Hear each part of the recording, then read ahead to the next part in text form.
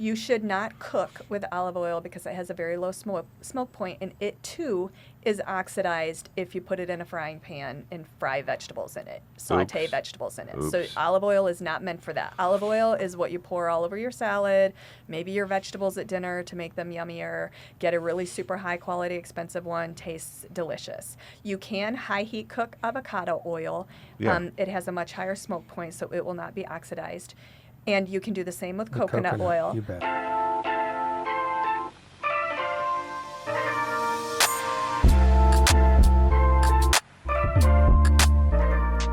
Welcome back to Ultralife Today. Guess what? This is week 2 with Dr. Royce Bargas.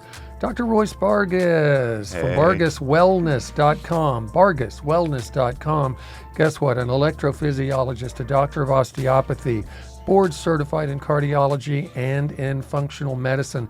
Last week we were kind of ginning things up and ended on a note related to maybe a specific panel of tests she may recommend, and then baby step changes related to diet. She has in her practice, I believe you actually have someone that is a dietary health coach, right? A health coach. That kind of holds the hand and helps an individual walk down that road. How is that different right? than a clinical nutritionist, a health coach? Well, Sue is actually not even a nutritionist. So health coaching is training on how to motivate people. So Sue is an RN, and she had worked in a functional medicine practice before coming to my practice, and she certified through the Functional Coaching Academy, maybe, the health coaching institute that's promoted by the Institute for Functional Medicine. And so there is a lot of nutrition, and many health coaches are also nutritionists. She is not, but she has been certified through the Coaching Academy, which means she's had specialty training on basically motivating people and motivational interviewing and helping people implement change in their lives, which quite frankly is not something I'm great at. I might use the scare tactic. You will die. You're going to do everything Sue says, or A, B, and C. Very good. Yeah. So that's a whole separate service provided by my office. Yeah, and you're listening to Dr. Royce Bargas of Bargas Wellness in Edmond, Oklahoma. Adam Payne, CEO of Ultra Botanica, is on the end. I'm Josh Bellew. This is Ultralife Today. Adam, you had mentioned on the break this interesting idea of helping people understand a little bit more about oxidative stress, how that works, what free radicals are, what a person can do to mitigate some of that. But then, spoiler alert here, we're going to move into talking about something in the later segments here, myocarditis, pericarditis, something that is running rampant worldwide right now, relationship obviously to individuals that have had COVID infection maybe multiple times, or even have had COVID infection in mRNA vaccines. And so you wanted to set up this segment about the oxidative stress. Well, I think Adam. most people, when they think about their cardiovascular health, they think about LDL, HDL, and maybe triglycerides as a component, but it goes a lot deeper than that. And I think there was a guy named Peter Lopovic who worked at the Oklahoma Medical Research Foundation for 50 years, and he went into looking at oxidative LDL as really being the culprit for cardiovascular disease, and triglycerides, oxidized triglycerides, is also. And he talked about this APOC3 kind of lipid particle, and how it if a white blood cell, a monocyte, digests oxidated lipids, that it turns into foam cells, right? Mm-hmm. And so can you maybe educate us on this? Because I'd only have a rudimentary understanding of it, but there is this incredible connection between oxidized lipids and cardiovascular disease, and how that's really more the culprit than this generalized idea of LDL, HDL, and LDL cholesterol, and kind of reduce the amount of cholesterol that we're taking into our diet. And maybe you'll do some myth busting here. I'm looking at what Adam was saying and looking at your face. It'll be interesting. Yeah. So I mean, there's no one thing that's like, this is the problem. Right. Oxidation is one of many problems. LDL, like that number, quite frankly, isn't even on the list. I review it with patients because they want to know that number, but if you're thinking about, quote, bad cholesterol, apolipoprotein B is a way better marker. It costs the exact same, I think, roughly, to do that test. It's just not done in the conventional world because it wasn't tracked in studies looking at drugs that lower cholesterol. Oh, wow. We use the LDL, and so that's the thing that everybody wants to know, but that's the least predictive marker of what is your risk for cardiovascular disease. Mythbusters. What? The least predictive The marker. least predictive. Myth I busting. mean, I love it's it. better than your thyroid stimulating hormone, but when you're thinking of lipids and fractionating lipids and looking at the particle, the LDL, So, I care little about that. so help us understand what is really happening in our bodies that is the progression of cardiovascular disease. What's really going on? And I know it's not complex at all.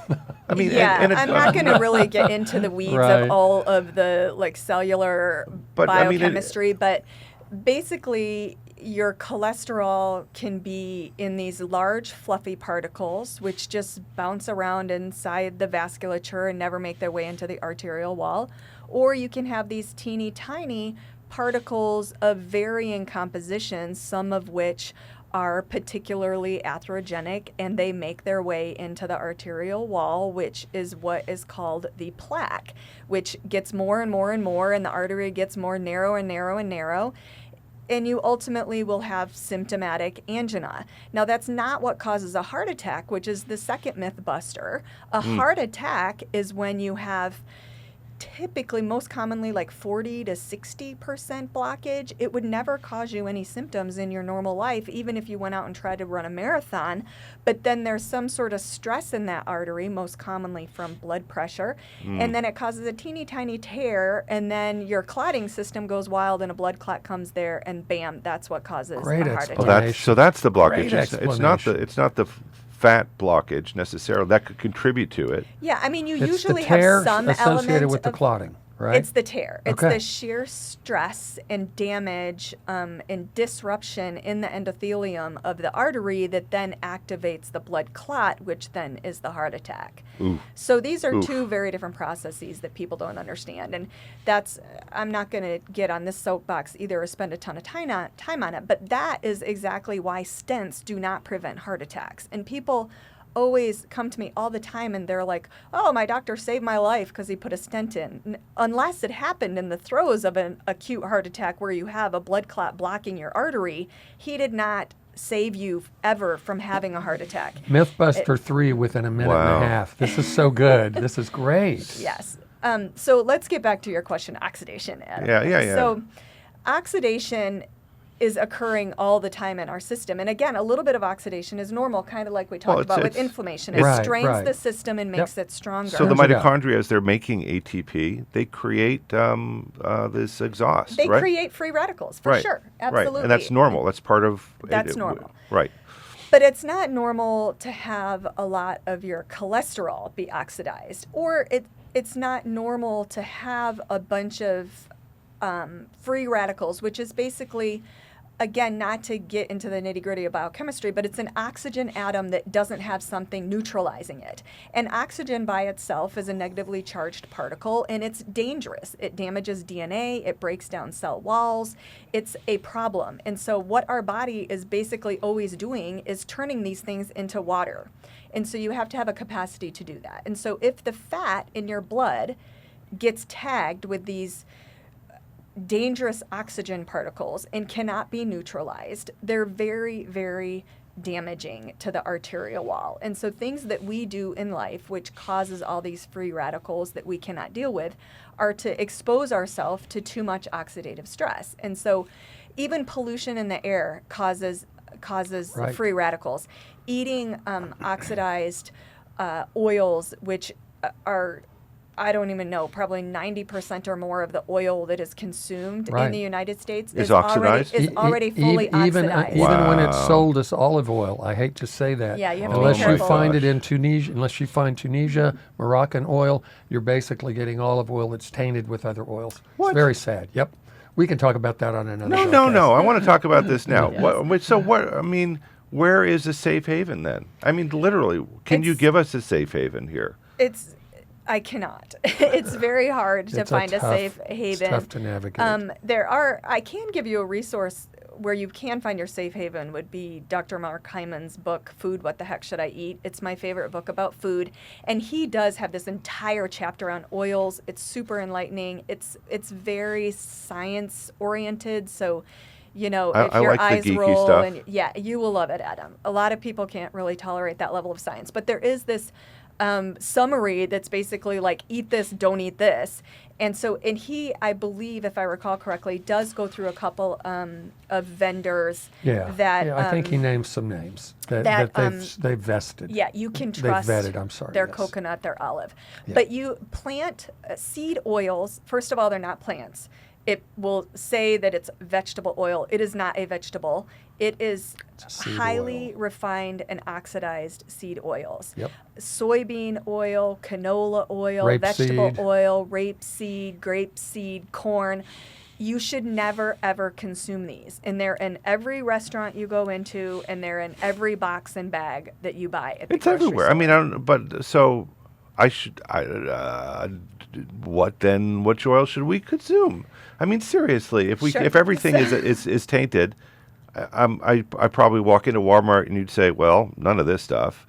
Go to maybe a Target and you thinking none of that stuff. Believe it or not, you can find one oil on the shelf at Walmart. You can. I actually did it yesterday. What? It's a Tunisian oil that you can get. It's not in a glass bottle. I don't like that. It is dark. But there's one Tunisian and one Moroccan that you can get there. And I've got a friend that kind of vets those sources. So why is the Tunisian and Moroccan oils okay? Because the oils coming out of Spain and other countries are actually mixed with these seed oils, unfortunately. And they don't put it on the label. Aren't they supposed to? I mean, it's supposed to say 100% virgin olive oil. Yeah, well... I don't want to get into the oil cartel, the worldwide oil cartel. Well, okay, it's but I pretty mean, crazy. we've had Ed Fletcher on, who is a botanist, yes, and for agreed. example, echinacea, right? The world only produces 25% of the global consumption of echinacea, which means 75% of echinacea that's out on the shelf is not really echinacea. Oh wow. That's horrifying. I know it's. I mean, this is as horrifying as what I'm learning about oils. So Tunisian, Moroccan oils. I'm going to go through the oils. What I tell my patients. All right. You can use first cold pressed extra virgin olive oil. First cold pressed extra virgin olive oil. The same for avocado and coconut oil. You should not cook with olive oil because it has a very low smoke point, and it too is oxidized if you put it in a frying pan and fry vegetables in it, saute vegetables in it. So olive oil is not meant for that. Olive oil is what you pour all over your salad, maybe your vegetables at dinner to make them yummier. Get a really super high quality, expensive one, tastes delicious. You can high heat cook avocado oil. Yeah. It has a much higher smoke point, so it will not be oxidized. And you can do the same with coconut oil. You bet. Coconut oil is a saturated fat, and the myth number 4 is that saturated fat has never, ever, ever been proven to cause cardiovascular disease. Right. Quite the opposite. But saturated Hold fat... on, really? The opposite? Absolutely. Yes, there's been many studies So that saturated coconut oil actually can help fantastic reduce. for you. It can reduce. The exception to that is that if you have ApoE4 genotype, you can not do well with saturated fat, and you have to kind of minimize your consumption of saturated fat. And so, but we could learn about that if we got a test. Yep, simple $75 mouth swab. So there are certain subtypes of people that I worry about saturated fat, but not because of its known cause of cardiovascular disease. So coconut oil, and then butter, grass-fed, pasture-raised butter is much healthier for you than eating Bring any on the sort of... Kerrygold. Really? Kerrygold. Yeah. So Kerrygold's okay? Yeah, I'm not sure if I eat Kerrygold myself. I think they're grass-fed. They are. It's going to be a little bit more inflammatory than using purely like pasture-raised cows. But yeah, you can use butter. You can high heat butter. And then this new thing that I'm super excited about is this oil. You guys are going to love this. They are making oil from fermenting sugarcane. And sugarcane is like this What? unlimited crop. I know, it's the craziest thing. So And they're transforming the carbohydrate into a lipid? yes. And it's a byproduct, so there's tons of this byproduct. There's tons of this available, and it's highly pure. It has Hold a better on. like omega 6 to 3 composition of What? any other oil that you can consume, and it has a higher smoke point, some over 500 degrees, so you can cook with it freely. My understanding is it doesn't have how come I taste. haven't heard about this up to this moment in time? I don't know, Adam, but I Adam, you can have send you your head in a information. different space. That's why you rely on people like Dr. Royce Bargas. I'm Josh and Bellew. me. Okay, Josh, but you've never shared this. What is this I stuff? have Where do they I've sell just it? recently learned about it. So it is through a farm called 0 Acre Farms, and I think their website is zeroacrefarms.com, and you can purchase this oil. It's called cultured oil, I think is what it's called.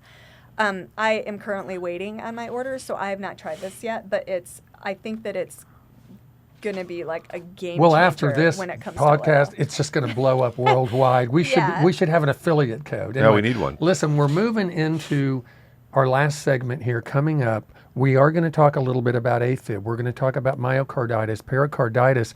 You have been listening to Adam Payne on the end, CEO of ultrabotanica.com.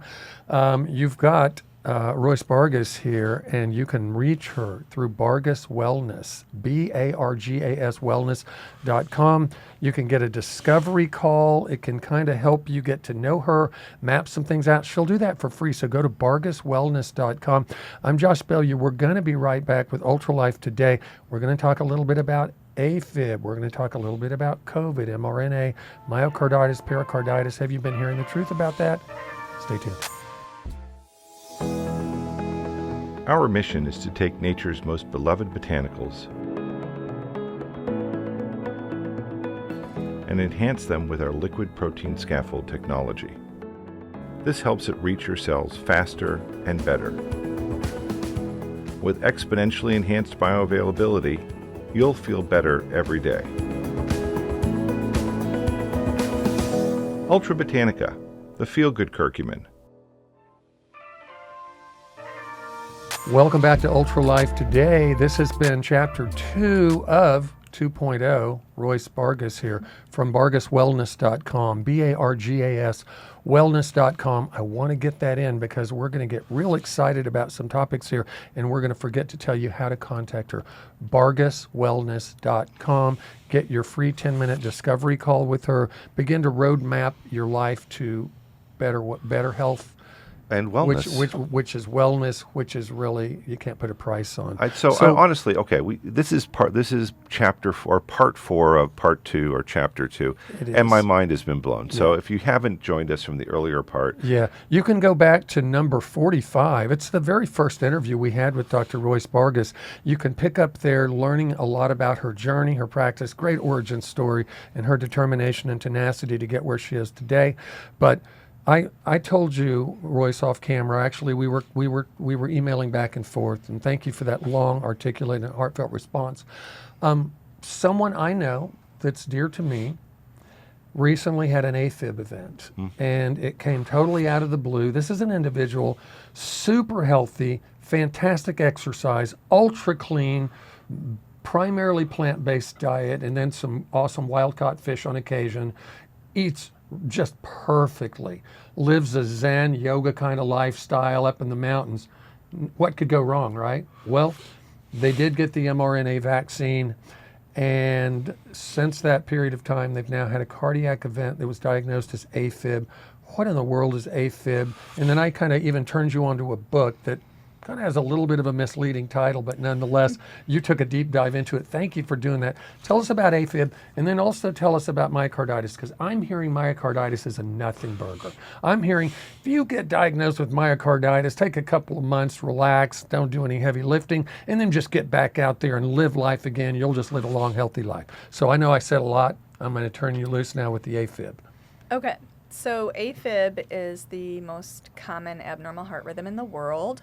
The older you get, the much higher your chances of developing atrial fibrillation. It's basically a disorganized electrical chaos in the top chambers of the heart where the heartbeat is supposed to originate from. It's supposed to come very rhythmically and regularly, 50 to 100 beats a minute at rest. When you have atrial fibrillation, you have complete electrical chaos in the top chamber. It can make your heart beat very rapid and irregularly. So Again, it's out of sync with the rest of the heart, essentially. the whole heart gets out of sync really because you don't have this uniform electrical impulse generating the heart rate and beat and contractility. You have this chaos. There are a lot of causes for atrial fibrillation. There are a lot of triggers for atrial fibrillation, but in general, the most common thing is when you have stretching of the atrial cells, and then this causes them to have a higher level of automaticity, so their ability to create electricity and to create a heartbeat. And the common causes of that are high blood pressure is really the most common. And then sleep apnea is a huge contributor because that increases the pressure in the heart. It causes high blood pressure. Wow. It can cause low oxygen, and all of these things sort of strain the top chambers of the heart and make atrial fibrillation more likely to occur.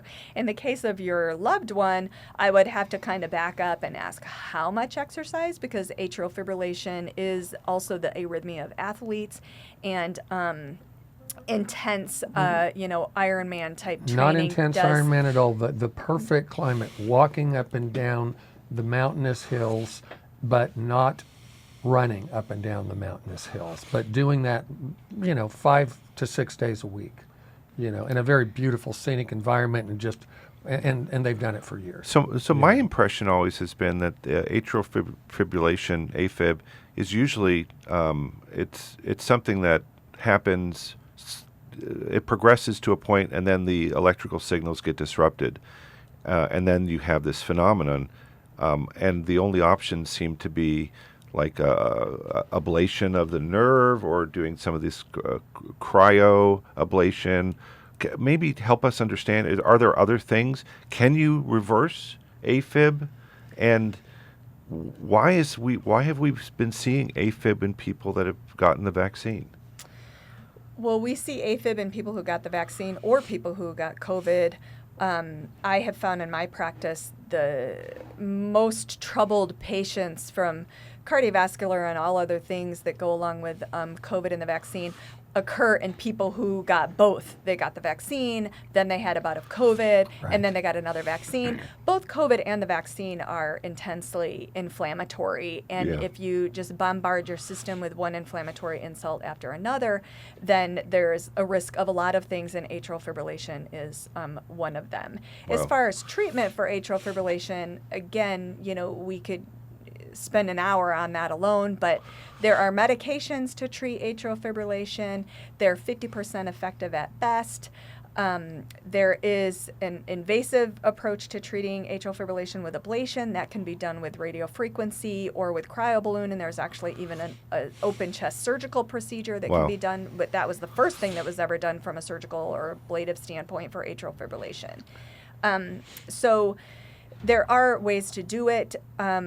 Will you always have a slightly higher risk of having AFib than somebody who never had AFib? Absolutely.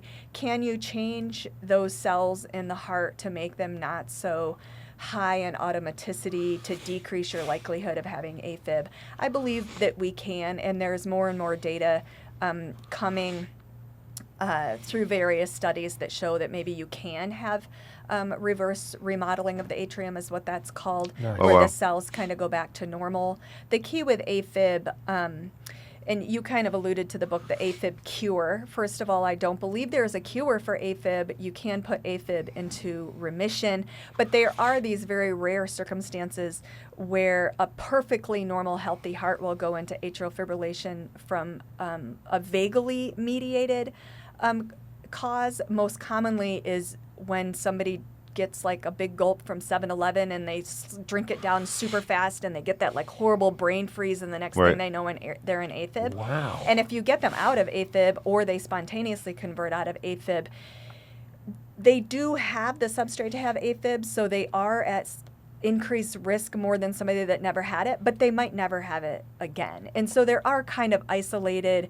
instances where people can have an episode of AFib during an extreme circumstance, and then they may not have it again ever, or for 10 years or however long until they have their next So episode. you're implying then that if your electrical rhythm becomes disruptive and you're in AFib, you can what's it called?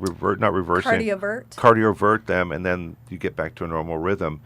But so is going back to the COVID, is the spike protein damaging the atrium, or I don't think we know the answer to that. I think that the inflammation, there's no organ not affected, and so the inflammatory response is so strong that you can find inflammation It certainly wasn't anywhere. localized. We've now at least learned from studies coming in all over the world, Dr. Peter McCullough, that this spike protein is not just remaining local in one area. 0%. It's moving It's into not. every organ system you think about of the it, body. this mRNA could attach itself to a heart cell, and then that heart cell could be circumvented into making spike protein, which would then be an inflammatory process.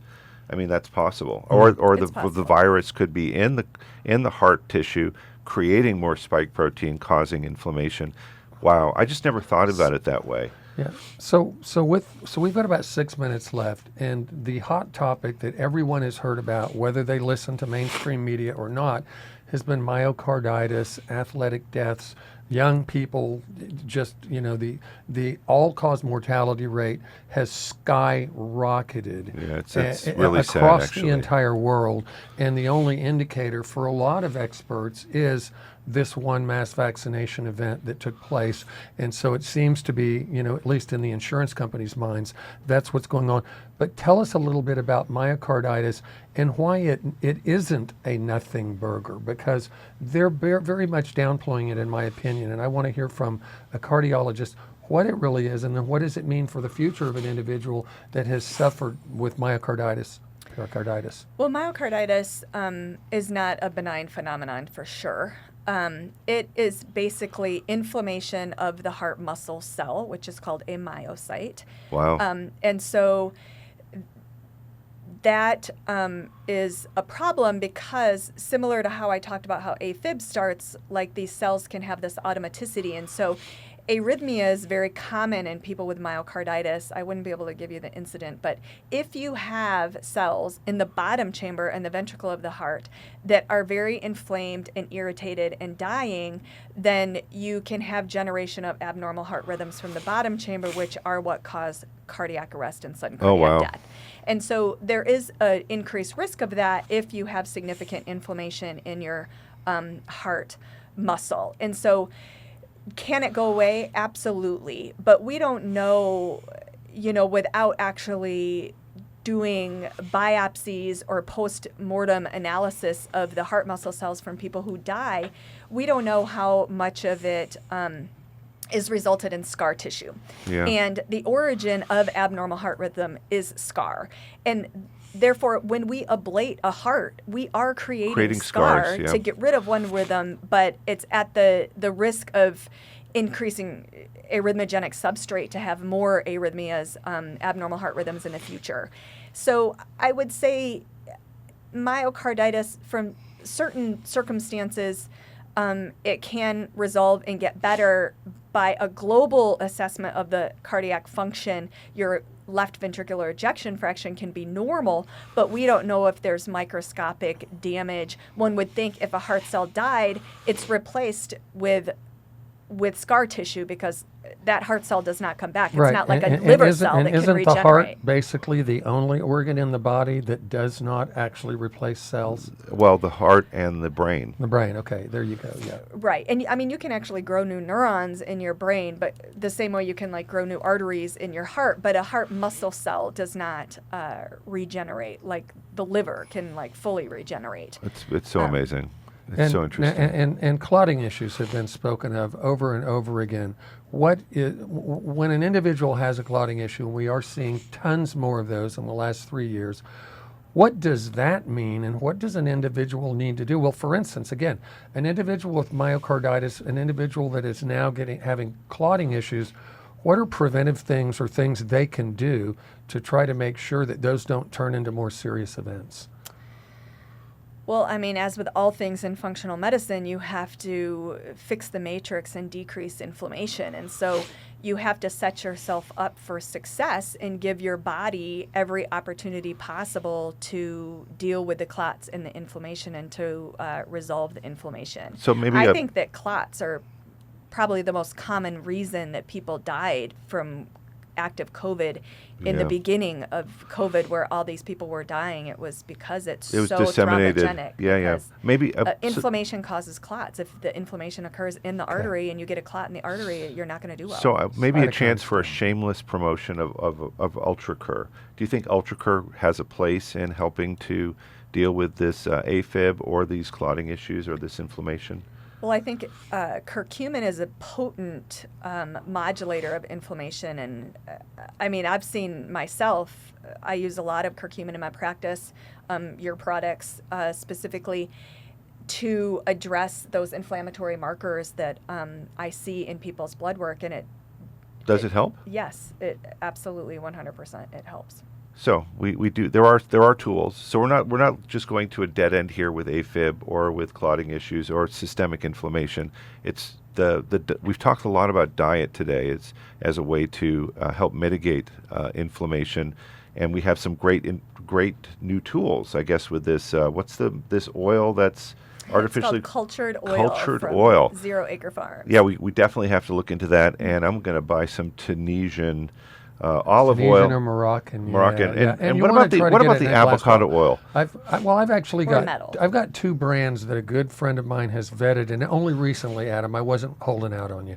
Only recently have I learned about the Tunisian Moroccan, actually within the last 72 hours. Oh, really? Yeah, and this guy's taken a huge deep dive because he has relationships internationally all over the world. So we'll even mention those brands on future podcasts when I get to my notes. Let's give one last non-shameful plug for Dr. Bargas here, and absolutely. So once again, Adam Payne on the end, CEO of Ultra Botanica, lead inventor of the unique technology that we employ to be able to take polyphenolic compounds like berberine, curcumin, quercetin, EGCG into the bloodstream at these beautiful elevated levels where you can experience, like what Dr. Vargas said, the lowering of those overall inflammatory markers in the body. This is Royce Bargas we've been talking to today. BargasWellness.com, BARGAS wellness.com. Please have a free 10-minute discovery call with this awesome woman that really wants to help you in your heart journey or your health journey, whichever way it fleshes out. Again, this is Josh Bellier. This is Ultra Life Today. We're going to see you for another episode soon. Share with your friends. And we've enjoyed having you here, Dr. Bargas. Thank you for joining us. Thank I guess you we're both. opening the door. There's so much more to talk about. Tons. So we'll get into Chapter 3 and Chapter 4. Yes, Thanks for joining us. I can't wait.